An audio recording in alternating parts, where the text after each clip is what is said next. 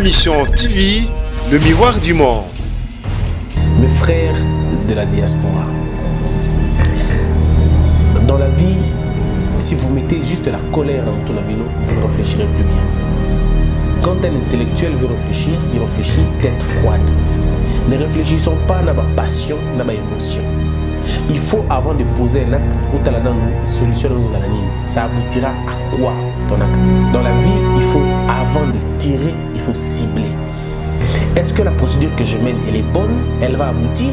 Si la procédure que tu mènes ne va pas aboutir, alors tu as deux choix. Ou tu le fais justement pour que les gens voient, ou tu ne le fais pas carrément.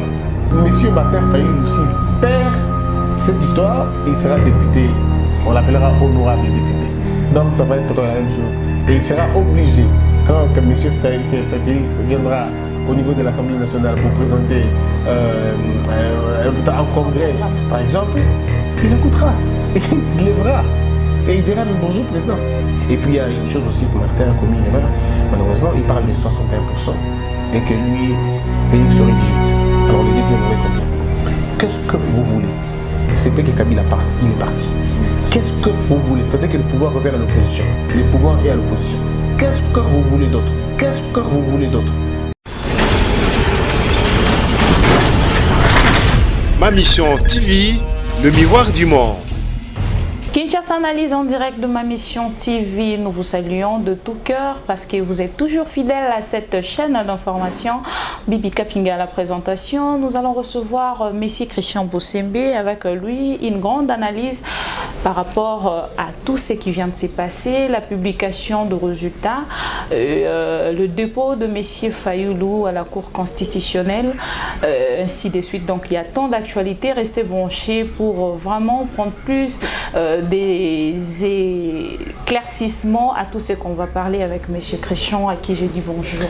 Bonjour Madame Bibi. M. Christian Bosembe, bonne année encore une fois de plus. Merci. Comment vous allez? Je ne me plains pas, ça va. Ok. Ouais, je tiens. Quelle lecture faites-vous après la publication de résultats? M. Nangala Seni, M. Félix Tshisekedi comme président de la République provisoire. Beaucoup de gens déjà spéculent qu'il est le vrai dauphin de Kabila, Kabange.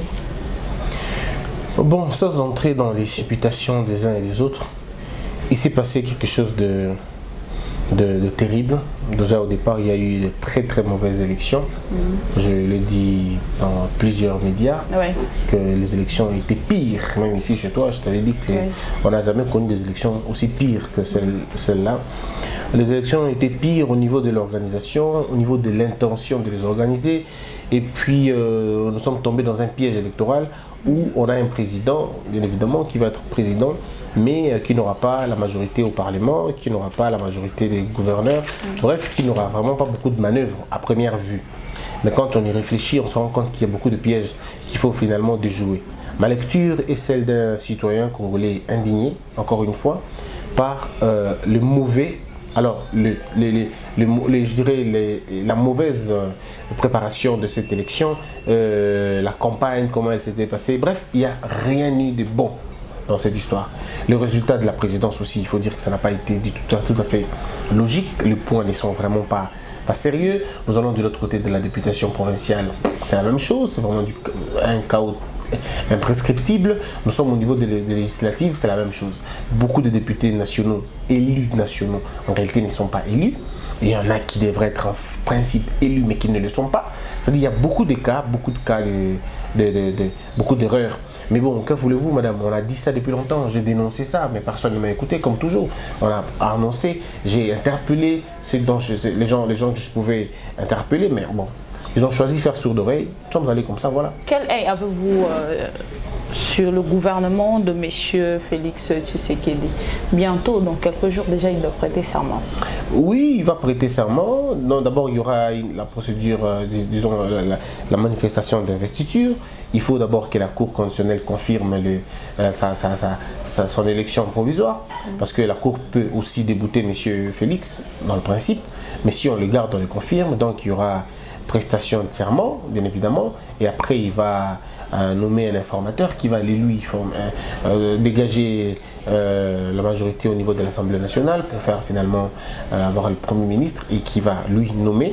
Et puis après, le Premier ministre va lui maintenant organiser ou former le gouvernement. C'est en ce moment-là que le président de la République pourra poser sa signature et rendre public le gouvernement. On dit nommer le gouvernement. Mais bon, après, ça va être un gouvernement de cohabitation, ce qui est normal d'ailleurs. Dans toutes les républiques du monde, ils ont eu au moins dans leur histoire des cohabitations. On a vu ça plusieurs fois, même au Congo on a vu ça. Bon, au Congo c'était vraiment pas la cohabitation, c'était une sorte de coalition. Mais là nous allons vivre une cohabitation. La cohabitation qu'on vivra parce que 350 députés, c'est quand même une majorité absolue face à une minorité écrasante de l'UDPS qui a 45 députés et vous avez la Mouka qui a 80 députés attendant les 15 députés qui viendront, disons les 14 députés qui viendront de Yumbi, Butembo et puis Bénéville. Donc on attendra comme ça. Mais bon, que voulez-vous madame, la cohabitation elle est normale en politique, ça existe. Je l'ai dit dans une émission ici, je dis que la cohabitation existe. En France par exemple, vous avez beaucoup de cas de cohabitation. En France, nous avons François Mitterrand qui était président, mais il a été obligé de cohabiter avec Jacques Chirac. Il a été obligé de cohabiter avec Baladour, Édouard. Et puis Jacques Chirac aussi était obligé de cohabiter avec Jospin. D'ailleurs, c'est l'exemple le plus parfait même d'une cohabitation qui était terrible. Mais la cohabitation en France était une cohabitation où il y avait deux forces, il y avait des idéologies. Mais ici au Congo, ce n'est pas le cas. Ici au Congo, Félix Tshisekedi a beaucoup plus de chances de détruire cette majorité. Beaucoup, il a la facilité de détruire cette majorité parlementaire parce qu'elle est une majorité assise sur le feu. Il y a le feu qui est au-dessus et moi je peux voir les fissures qui se tracent sur cette majorité-là. Elle ne tiendra pas une année. Peut-être pas 7 mois pour réussir à finalement. Donc Félix n'aura pas besoin de dissoudre le Parlement. Il n'en a pas besoin. Il n'en a pas besoin. L'opposition, la nouvelle opposition, ça veut dire la majorité, l'ancienne majorité, sera dans l'obligation de se dissoudre. Il y aura beaucoup de défections. Déjà qu'il y a beaucoup d'énervement. Lukwebo n'a pas été élu. Alors il doit être très fâché. C'est une porte d'entrée. Il a beaucoup de députés à FDC. Il vient juste après le PPRD. Ça veut dire s'il est fâché par avec la FDC et là, le PPRD tombe automatiquement. Et il peut faire balancer carrément la balance. Et si nous suivons la logique, Katumbi, qui est lui à un moment donné un peu comme une autorité morale d'ensemble, des G7 et aussi des AMK. AMK, beaucoup de députés, on peut trouver Eliezer, on trouve Christelle Wanga, on trouve les autres, on trouve Moukebaï aussi, Moukebaï c'est au niveau provincial. Bref, comment on l'appelle, G7, disons par Katumbi, par lui il a le G7, par Katumbi a l'AMK, Katumbi a beaucoup d'autres partis là, qui ont formé une histoire de 70 ou 50 députés parce que le MLC n'a pas beaucoup de députés dans les 80. Donc 80 députés, c'est Katumbi et Bemba. Ce sont eux qui forment les 80 députés. Donc les 80 députés plus les 44 de Félix, ça peut faire une histoire de 100 et quelques comme ça.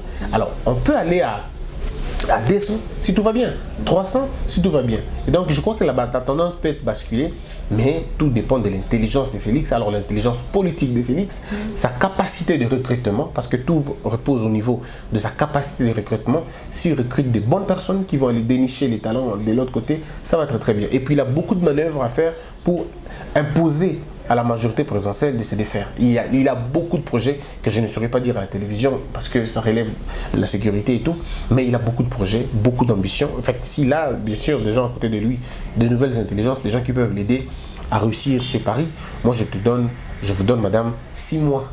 6 mois, ce sera beaucoup pour défaire cette majorité. Elle est tellement fragile que 6 mois, ce sera suffisant s'il y a des gens intelligents de l'autre côté. Votre point de vue par rapport à la baisse des taux de dollar? Bon, je n'ai vraiment pas beaucoup d'informations là-dessus, mais on nous raconte que c'était la volonté des Louba, les grands Balouba entre guillemets, ont décidé d'ouvrir un peu les vannes. Et puis on peut mettre ça dans l'actif du peuple qui dit on vous accompagne.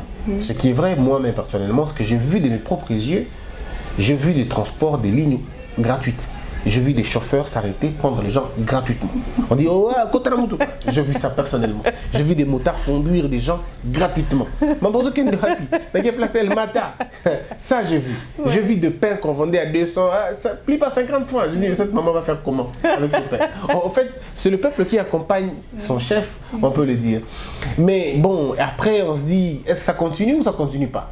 C'était justement pour vous dire combien ça peut aller. Ils ont promis les Balouba et certains patrons qui ne sont forcément pas Balouba ont dit nous allons baisser ça jusqu'à 93. On a dit ok bon ça fait notre affaire. Déjà à 15 000. Ah voilà, donc le même jour c'était à 10 000 $. Donc on a beaucoup plus de... Il s'est passé beaucoup de choses. C'est une spéculation, c'est vrai, c'est une spéculation. Mais bon, on peut parler du désordre comme on veut, mais vous savez quand on aime quelqu'un on fait ce qu'on veut. Et c'est ce qu'on est en train de voir. Vrai ou faux, Kabila Kabange est un vrai démocrate? Non, Kabila n'est pas démocrate et ça tout le monde le sait. Si Félix Tshisekedi le dit, c'est juste un coup politique. Et il sait qu'il n'est pas démocrate. Même lui-même sait qu'il n'est pas démocrate. Il ne peut pas être démocrate.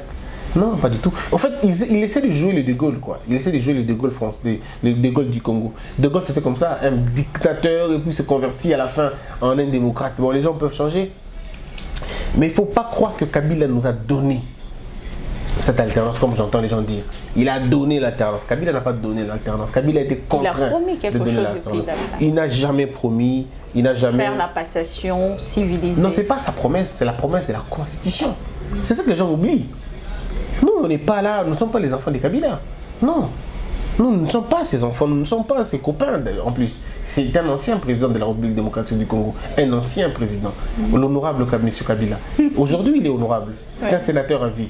Beaucoup de chapeaux à l'honorable Kabila. En fait, c'est le seul sénateur qui n'a pas besoin d'être élu. Il est déjà sénateur, donc on peut l'appeler honorable Kabila. Et il a besoin de faire le tour à travers le monde, il a quand même des choses à dire aux gens.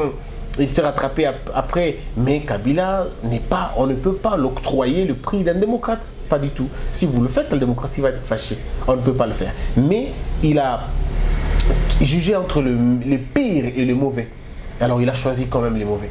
Il a choisi le mauvais, il dit non, je ne peux pas le pire quand même, il faut le dire. Vous savez, quand Félix a dit, moi c'est la seule chose que j'ai trouvé très mal, quand Félix a commencé par le remercier, lui, reconnaître en lui le père de l'alternance démocratique, dire il sera un ambassadeur extraordinaire, bon ça reste pour lui, mais non, mais Kabila lui-même sait que c'est trop pour lui, il sait que ça c'est pas moi.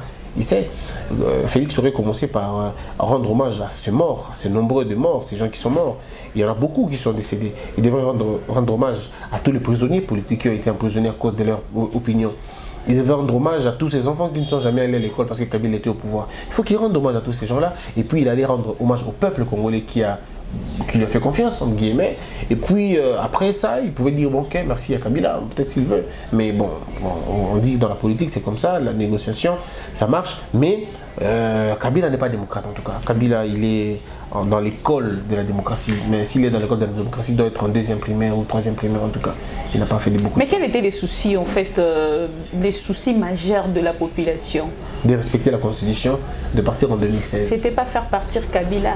Oui, on est arrivé à la logique de le faire partir après 2016. Parce qu'avant 2016, c'était qu'il parte de lui-même. Comme il a fini le mandat, on ne lui doit plus rien. Après tous les mal qu'il nous avait fait, on dit bon d'accord, tu peux partir, les élections sont finies. Mais parce qu'il s'est accroché au pouvoir, en refusant d'organiser les élections, en se cramponnant au pouvoir, c'est pour ça qu'on lui a dit monsieur, dégage. Ce n'était plus monsieur, tu vas partir par la Constitution, maintenant on lui a dit dégage. Et donc, la mission première des Congolais, c'était qu'il respecte la Constitution, qu'il n'a pas fait, et maintenant qu'on attendait qu'il parte, malheureusement. Et puis, il est parti finalement, pas parce qu'il a voulu, mais il était contraint à le faire. Historiquement, il était contraint à le faire. Et puis, moralement, il était obligé de le faire. Et puis, patriotiquement, il était obligé de le faire. Donc, monsieur, il n'avait pas d'issue que de faire ça. Il aurait composé avec Kamouka ou avec Félix. Mais avec la Mouka, ça ne pouvait être pas possible parce qu'avec la Mouka, son alternance, ça allait le finir en prison. Ça allait l'amener en prison, il y aurait eu des poursuites parce que c'est ce que la Mouka disait, je t'arrêterai, je te ferai ceci, je te ferai cela, je te traquerai jusqu'au bout. Alors quand vous dites ça à quelqu'un qui a le pouvoir, il dit ok, bon on va voir qui va pleurer. Et aujourd'hui, je connais un qui pleure. Et quand je demande si il y avait le grand souci en fait de la population, c'est par rapport à la grande polémique déjà qui se passe tout autour de la diaspora. Disons peut-être que Félix c'est la continuité de Kabila Kabange ou du parti Kabili, et du côté Lamuka c'était les vrais opposants qui devaient prendre vraiment le pouvoir. Vous savez, dans la logique des vrais opposants, on ne sait pas ce qui est vrai opposant. Au Congo, je te dis, il n'y a pas de vrais opposants. Au Congo, il n'y a pas de vrais opposants. Nous avons des hommes d'affaires, nous avons des vendeurs d'illusions qui sont partout. Que ce soit du côté Fachi, que ce soit du côté Lamuka. Je te dis, madame, il n'y a pas d'opposants au Congo. Nous avons eu des mécontents, des gens qui cherchaient à entrer au pouvoir à tout prix. Et vous avez vu. Et des gens qui font tout pour entrer au pouvoir, vous êtes en train de le voir. Mais on n'a pas eu des opposants. Si on avait des vrais opposants, Kabila ne serait pas resté 17 ans au pouvoir. Si on avait eu des hommes intelligents, des hommes stratèges, Kabila ne serait pas resté longtemps. Kabila est resté longtemps parce que l'opposition était soumise, était divisée. L'opposition n'avait aucune vision. Non, parce qu'il avait les armes. Non, pas du tout. Les armes, c'est quoi, madame? On a combien de gouverneurs qui sont tombés avec leurs armes? Qui avait l'armée de Mobutu? Mobutu était tombé, enfin. Donc les armes, ce n'était pas le problème. Parce que Mobutu, Kabila n'avait pas le monopole de faire la guerre. Il y a des gens qui étaient prêts à faire la guerre aussi. Donc le problème n'est pas celui-là. Le problème, c'est que nous avions eu une opposition la plus faible au monde. Une opposition soumise, une opposition qui travaille la journée et la nuit. La journée, elle est avec vous, le peuple. La nuit, elle est dans les autres officines du pouvoir. C'était ça comme ça. Donc c'était des gens, je veux dire, sans scrupules. Des gens qui n'avaient aucun besoin des humains. Ce sont des, je veux dire, des sanguinaires. Ils étaient prêts à vendre les problèmes des Congolais. Et ils sont prêts à les faire tuer encore davantage après les avoir longtemps manipulés. Donc, les vrais ou les faux opposants, il faut les mettre tous dans le même sac. Je vous dis, si Lamuka était au pouvoir, on aurait assisté au même scénario. Les gens de Cash allaient dire la même chose. Ceux de l'UDPS allaient dire aussi la même chose. On allait dire, en ce moment-là, on allait dire quoi? On allait dire que Katumbi n'était pas un opposant. Katumbi était quelqu'un du pouvoir. Katumbi est allé chercher l'autre Martin, pour l'amener au pouvoir. Ça allait être la même chanson. Et aujourd'hui, la place de Katumbi, c'est Kamere qui les prend. Ça allait être la même chose. Vous voyez le problème? Donc moi, ça ne m'étonne pas, ça ne me surprend pas. Les Congolais, à un moment donné, ils ne savent pas ce qu'ils veulent. On ne sait pas ce qu'on veut réellement. On veut le changement, mais avec les personnes que nous voulons. Ça ne marche pas comme ça, les changements. Les changements ont un prix à payer. Vous aviez besoin. Quand j'avais dit aux gens, arrêtez de vous focaliser sur Kabila, on ne m'a pas cru. Vous vous êtes focalisé sur Kabila, Kabila est parti, mais vous laissez une majorité. Alors débrouillez-vous pour la détruire. Quand on avait dit aux gens, concentrez-vous sur le système. Détruisez le système. Vous n'avez pas voulu.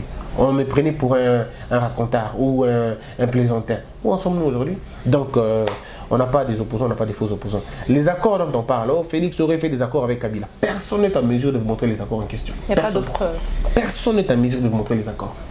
Suis-je en train de dire qu'il n'y a pas eu accord? Je ne le dis pas. Suis-je en train de dire qu'il y a eu accord? Je ne le dis pas non plus. Personne ne vous montre aujourd'hui les accords où l'on signe, Kabila a signé à côté, mais Félix à droite ou à gauche. Personne. On est dans ce qu'on appelle des supputations. Chacun raconte sa vie, balance sa vie comme il veut. Mais nous, ce dont on parle, nous devons regarder en avant. Qu'est-ce que vous voulez? C'était que Kabila parte, il est parti. Qu'est-ce que vous voulez? C'était que le pouvoir revienne à l'opposition. Le pouvoir est à l'opposition. Qu'est-ce que vous voulez d'autre? Et puis ça sera non, on voulait l'opposition, mais ça va être la Mouka. Et puis la Mouka va dire, et puis le Cash va dire non, ça devait être nous. Vous allez vous battre comme ça pendant tout ce temps. Le FCC est en train de se faire. Vous les laissez tomber. C'est-à-dire vous les avez disculpés. Ils ont le temps de se reconstruire. Ils ont le temps de se refaire et même d'analyser comment ils vont faire pour vous mettre à terre. Vous êtes en train de vous chamailler, de vous détruire, et puis ça va sortir du tribalisme. Et puis la guerre civile va implanter. Et quand la guerre civile va s'implanter, Sadek va venir avec son point de vue, l'Union européenne viendra avec son point de vue, parce que les gens pensent que l'Union européenne, quand la France dit on ne veut pas de ça, les gens pensent que la France vous aime. Elle ne vous aime pas. La France a aussi sa carte. Elle joue aussi sa carte. Si nous sommes ce que nous sommes aujourd'hui, c'est à cause de la France, à cause de la Belgique, à cause des États-Unis, la communauté internationale, et puis la Belgique qui sous-traite le Rwanda pour nous occuper ici. Nous sommes sous occupation et tout le monde le sait. Alors, ce n'est pas la France qui va vous délivrer. Un peuple ne délivre pas un autre peuple. C'est un peuple qui se délivre tout seul. C'est ici au Congo que l'histoire du Congo va se dessiner. Mais ça va se dessiner par des fils et des filles du Congo. Pas ceux qui suivent les gens à la traîne. Non, on n'est pas comme des plaintifs pour aller demander le pouvoir là-bas. Donnez-nous, donnez-nous, donnez-nous. Mais qu'est-ce qui se passe après? C'est là le problème. Donc, humblement, je me dis que bon, Avec ce qui se passe au pays, maintenant, vous devez savoir ce que vous voulez. Si vous voulez faire une opposition éternelle, allez-y, faites-le. Vous allez cohabiter. De toute façon, vous cohabiterez toujours. Si vous êtes avec Fachi, vous allez cohabiter avec Fachi. Vous allez tous cohabiter. Vous allez faire une coalition au pouvoir. Si vous refusez, si la Mouka refuse de s'aligner derrière Félix, elle sera obligée de s'aligner derrière Kabila parce qu'ils vont faire l'opposition. Vous aurez deux types d'opposition. Parce que depuis le chef de l'opposition ne sera pas la Mouka. Le chef de l'opposition, ça sera Kabila et ses amis. Et quel est l'accord? Qu'est-ce qui va rester pour la Mouka? C'est ce qu'ils doivent comprendre. Parce que si vous refusez de vous allier avec Félix, vous allez vous allier avec les opposants. C'est-à-dire que vous serez à deux. Donc d'une manière ou d'une autre, vous allez devoir travailler avec les autres. Alors je vous propose de travailler avec celui qui a gagné. Voilà. Tout au long des élections, on a constaté l'église catholique est vraiment à s'implanter totalement. Et du côté de l'église de Réveil, on n'a pas vraiment constaté leur présence. Mais aujourd'hui, on constate que l'église de Réveil plus, Télémi, et ils jettent en fait des morceaux un peu durs na Cinco et j'ai beaucoup de respect pour les corps de Christ, beaucoup de respect pour l'église. Moi, je ne suis pas de ceux-là qui pensent que l'église doit se taire devant les problèmes de la société, non. Moi, je suis dans la logique de Martin Luther King. Une église qui ne répond pas aux questions politiques, aux questions sociétales de sa société, disons, de sa contrainte, cette église n'a pas sa raison d'être. Donc, je crois que l'église a raison de dire ce qu'elle veut, que ce soit l'église catholique, que ce soit l'église de Réveil. Elles ont raison de dire ce qu'elles veulent. Si Cinco estime que les résultats ne sont pas conformes à la réalité, on attend les PV. Nous attendons ça d'ailleurs. Nous qui sommes de la science, nous attendons que donne des résultats. Je vous dis, madame, je serai le premier si les résultats, les PV, si la Cinco nous amène des PV et qu'on amène au niveau de la Cour constitutionnelle, et la Cour constitutionnelle annule le scrutin de monsieur Félix et reconduit M. Fayoulou, je serai le premier à féliciter M. Fayoulou. Je dirais bravo aux combattants, bravo aux soldats, tu t'es battu, ça a marché. Parce que tout ce dont on attend maintenant, on attend les preuves. Le juge constitutionnel est inactif. Il attend les preuves. Si vous avez des preuves de ce que vous avancez, ça va. Si vous n'avez pas de preuves de ce que vous avancez, restez dans la rue, criez, et puis 2 jours, 3 jours après, ça va passer. Le problème, c'est celui-là. Les chiens aboient et la caravane passe. Donc le problème, c'est que si vous avez des preuves, saisissez la cour. Et la cour va vous donner raison.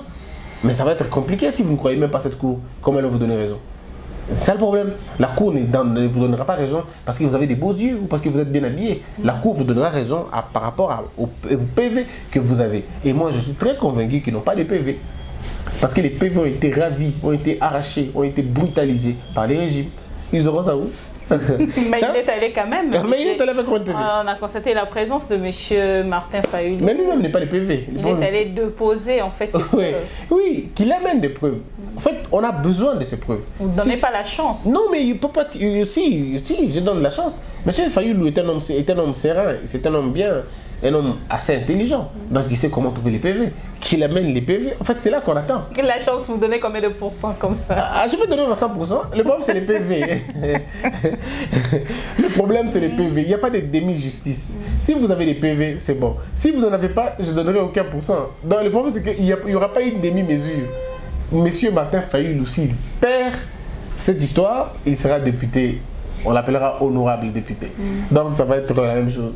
Et il sera obligé, quand monsieur Félix viendra au niveau de l'Assemblée nationale pour présenter un congrès, par exemple, il écoutera. Et il se lèvera. Et il dira bonjour président. C'est ça. En fait, ça ne change pas. Voyez-vous, le problème c'est à ce niveau. Donc, non, les opposants doivent réfléchir maintenant. Voilà pourquoi nous avons mis en place notre mouvement. Ce mouvement qui sera un mouvement politico-scientifique qui va reprendre tous ceux qui sont désireux de la connaissance, qui veulent intégrer le mouvement. Ça va être notre tour à nous de mener une bonne politique maintenant. Nous, on ne sera pas de l'opposition. Nous ne serons pas non plus du pouvoir. On ne sera pas non plus au centre.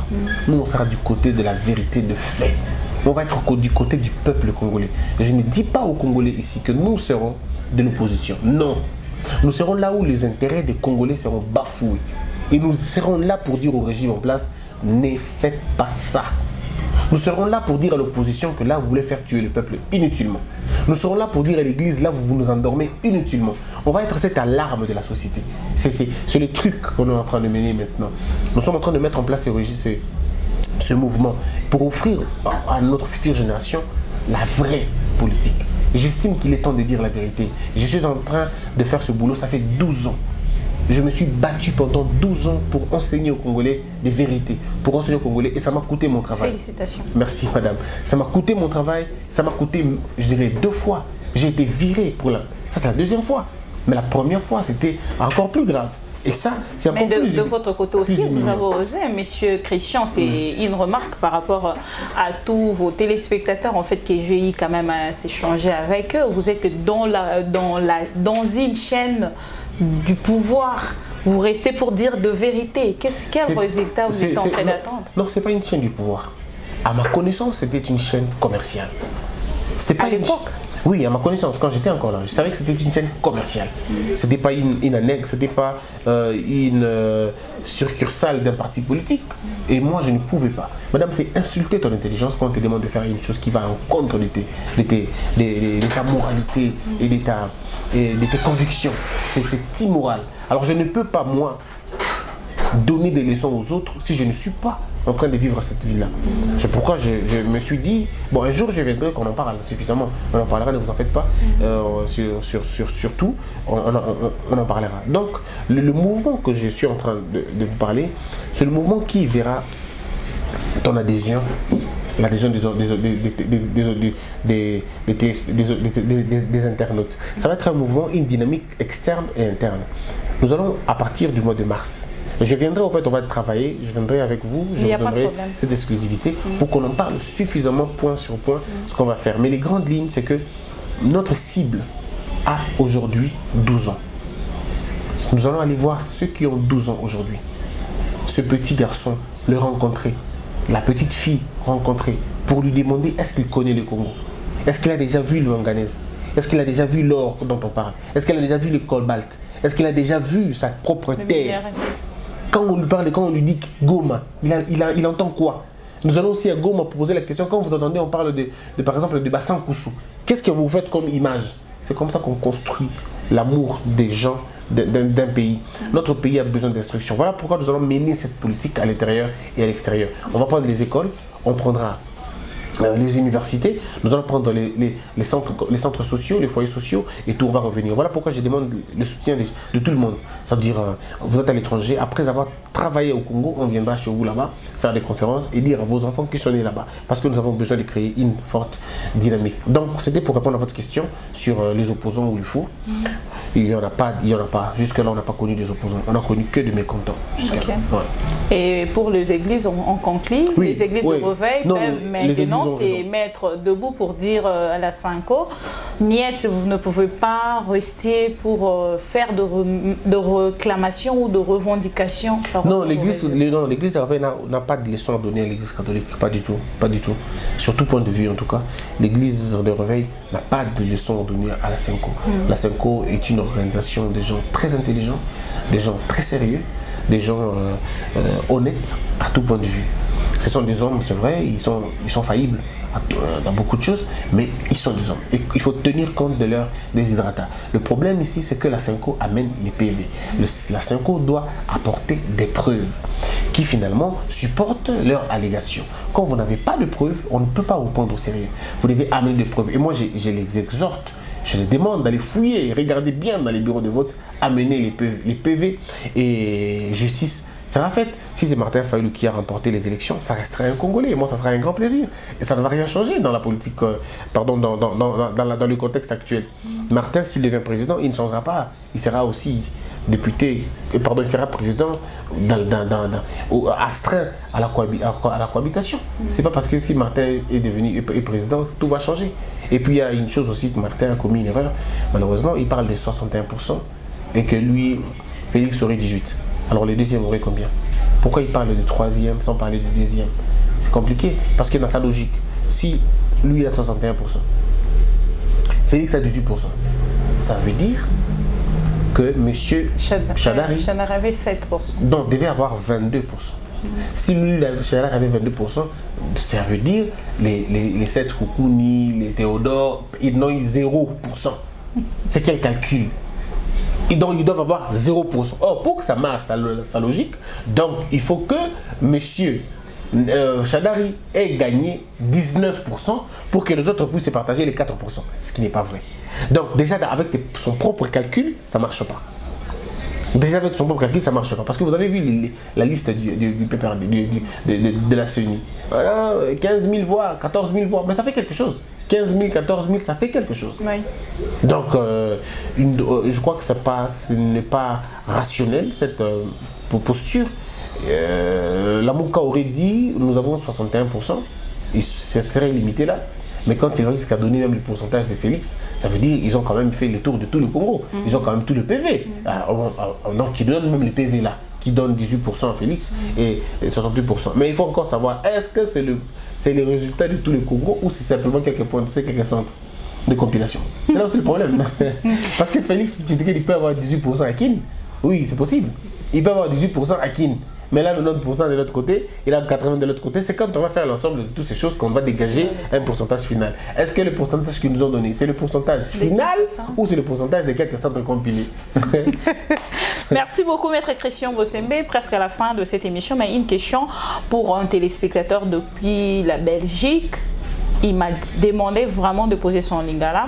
La Mouka aloba kinabiso aza ensemble na Félix Tshisekedi.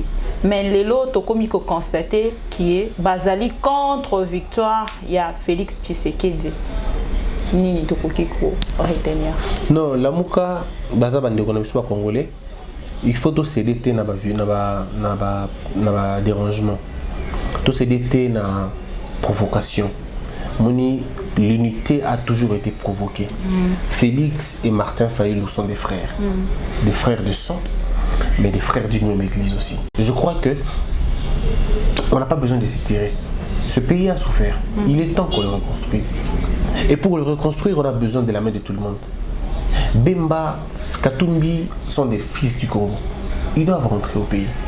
Martin est élu député national d'office. Je crois que ce qui est plus important maintenant, c'est de constituer un bloc pour voir dans quelle mesure on peut détruire la majorité du FCC pour finalement créer des défections et avoir une politique beaucoup plus à l'aise, beaucoup plus souple et à donner les mains libres à Félix afin de pousser ce pays et qu'il ne l'immosso. Kabila ne voudra jamais que Félix gagne, que Félix réussisse son mandat. Il ne voudra pas. Parce que ce que Félix a réussi, c'est lui qui sera mauvais. Il aura besoin que Félix ait des problèmes pour qu'il ne réussisse pas, pour qu'il y ait le bab, qu'on pense à lui, qu'on dise qu'il était mieux que lui. Alors il ne faut pas oublier ça. Kabila travaillera toujours pour que M. Félix ait des problèmes, qu'il échoue. Parce que s'il échoue, lui, il a beaucoup de valeur. Mais maintenant, il faut que M. Félix comprenne que je suis piégé par l'histoire. Ce que je dois faire maintenant, il faut que je m'entoure par des hommes forts, par des hommes bien. Quand je dis des hommes forts, je ne pense pas aux hommes qui ont des paquets. Je ne pense pas aux hommes qui savent faire l'armée. Je pense aux hommes intelligents, aux hommes qui n'ont pas fléchi devant le bal, aux hommes qui n'ont pas fléchi devant le dieu de la corruption, devant le dieu de l'anarchie et tout. Il doit se entourer de ces gens-là. Je propose même à M. Félix d'avoir un cabinet discret, un cabinet parallèle qui va travailler pour aller dénicher les oubliés de ce régime. Oui, qui va travailler pour aller dénicher les oubliés afin de lui donner la possibilité de revenir. Il y a toutes les possibilités, ça se trouve dans l'intelligence. Maintenant, il faut qu'on retourne dans l'intelligence. Entre-temps, les priorités aussi, c'est la social-démocratie, comme le parti. Le social des Congolais d'abord. Il faut qu'ils payent bien les militaires. S'ils veulent vivre longtemps, c'est les militaires qui doivent d'abord bien payer. Il faut qu'ils triplent les salaires des militaires. Et des fonctionnaires aussi, disons la fonction publique de façon générale. Il doit aller vers le magistrat. Il doit donner le tonus à l'enseignant. Il doit remettre à la valeur de l'enseignant. Toutes ces choses sont évidemment faisables. Et je crois dans les 15 mois, dans les 15 premiers mois, il peut travailler. Le problème, c'est qu'ils sont entourés par des hommes intelligents, qui ne suivent pas ses amis. Oh, genre, j'étais mon ami, on était avec lui au Canada, à Miami. On n'a pas besoin de ça. On a besoin des hommes qui vont lui dire la vérité. Et puis, il a besoin aussi d'asseoir son leadership. Il n'est plus Fativite. Maintenant, il est président Félix. Il n'est plus, comme on dit, Chims. Non, il n'est plus Chims maintenant. Ouais, parce que les gens, tu vois, Chims, non, il n'est plus Chims. il doit asseoir son leadership. Et son leadership ne pourra s'asseoir que par des gens qui peuvent le pousser à aller de l'avant. Et ces hommes-là, il y en a beaucoup au Congo, en tout cas, beaucoup. Nous sommes arrivés à la fin, mais on peut se dire aujourd'hui, M. Kamere a joué à une grande carte pour le compte de M. Félix Tshisekedi. Oui, Kamere a été beaucoup pour beaucoup. Il a fait tomber Moïse et Bemba. Oui, c'était une machine et par sa capacité de négociation, il a très bien négocié les choses. Et aujourd'hui, Félix se trouve là où il est. Ben, mais il faut dire aussi, Kamere, ça reste un animal politique. Kamere n'était pas l'enfant de cœur de Félix. Félix doit comprendre que Kamere est un adversaire politique potentiel. C'est vrai, c'est un collaborateur circonstanciel, mais à tout moment, ça peut changer. Ah, donc là, écoutez, l'arbre avec lequel, le bâton qui a servi de tuer quelqu'un d'autre, aussi longtemps que le bâton n'est pas encore tombé, faites attention, ça peut se retourner contre toi. Alors donc, il doit comprendre ça. Ouais. Vous savez, quand on a créé un monstre, il faut faire très attention. Il faut tuer ceux qui ont créé les monstres. Sinon, il risque de créer encore un autre monstre. Voyez-vous? Donc, moi, ça ne m'étonne pas. Félix a gagné, Kamere a gagné les élections en 2006. Il a fait gagner Kabila. Et puis, en 2011, il a fait perdre Étienne. Ah, mais c'était lui. Hein.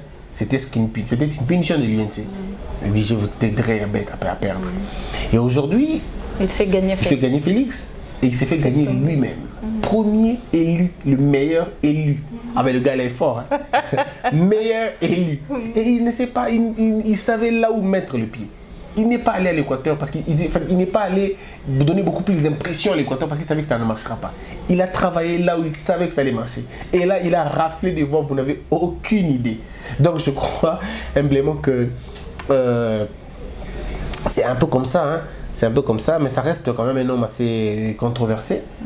Il est ce qu'il est. Moi, je ne peux pas aujourd'hui dire que Félix, bravo Kamere. Non, mais ce n'est pas parce que vous n'aimez pas l'éléphant que vous direz qu'il est petit. Ah non, l'éléphant, non, l'éléphant est balèze. Donc Kamere est fastochement grand, quoi. Fastochement grand, il a bien joué la carte et ça marchait. Face à cette caméra, un grand message à toute la diaspora qui sont déjà divisés dans des commentaires. On constate dans les appels, même normal et anonymes, on constate des messages très bizarres de leur côté. Mes frères de la diaspora, dans la vie, si vous mettez juste la colère dans votre navino, vous ne réfléchirez plus bien. Quand un intellectuel veut réfléchir, il réfléchit tête froide. Ne réfléchissons pas à notre passion, à notre émotion. Il faut, avant de poser un acte, solution ça aboutira à quoi ton acte? Dans la vie, il faut, avant de tirer, il faut cibler. Est-ce que la procédure que je mène, elle est bonne? Elle va aboutir? Si la procédure que tu mènes ne va pas aboutir, alors tu as deux choix. Ou tu le fais justement pour que les gens voient, ou tu ne le fais pas carrément. Donc moi, je crois humblement, je vous demande de réfléchir convenablement. Le Congo a besoin de vous. Vous êtes à l'étranger, vous n'êtes pas à l'aise. Vous souffrez beaucoup là-bas. Vous avez besoin de revenir ici au pays. C'est vrai que nous, on a des salaires merdiques et que vous avez des salaires assez bien. Mais vous n'êtes pas en paix. Je l'ai toujours dit, Internet. Mais vous malade. Vous êtes malade. Ça vous fait très mal. Parce qu'on nous a coupé, nous. Ça pour dire que même si vous construisez des maisons là-bas, votre pays, c'est ici. Et vous ne pouvez pas accepter que ce pays s'embrase. Vous ne pouvez pas accepter que Mbokanabino est béba. Namukili balobaka boy. Ceux qui m'ont donné à $200. À Bengu, on va payer ça $20. Banakimongo tolobaka, Okinaka, Okitak.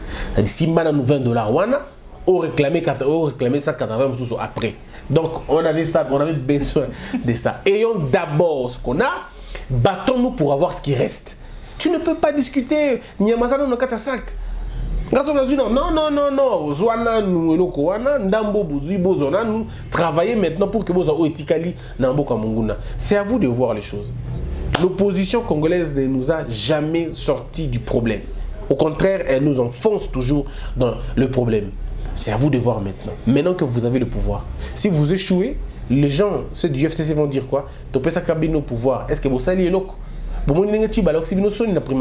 Parce qu'on a dit c'était un opposant. Qu'est-ce que vous avez fait? C'est la même chose aujourd'hui. Donc c'est à vous de voir. Ou vous soutenez, ou vous détruisez. Si vous soutenez, ok. Si vous ne soutenez pas, vous êtes à l'aise, vous êtes libre de le faire. La division ne vous aidera pas.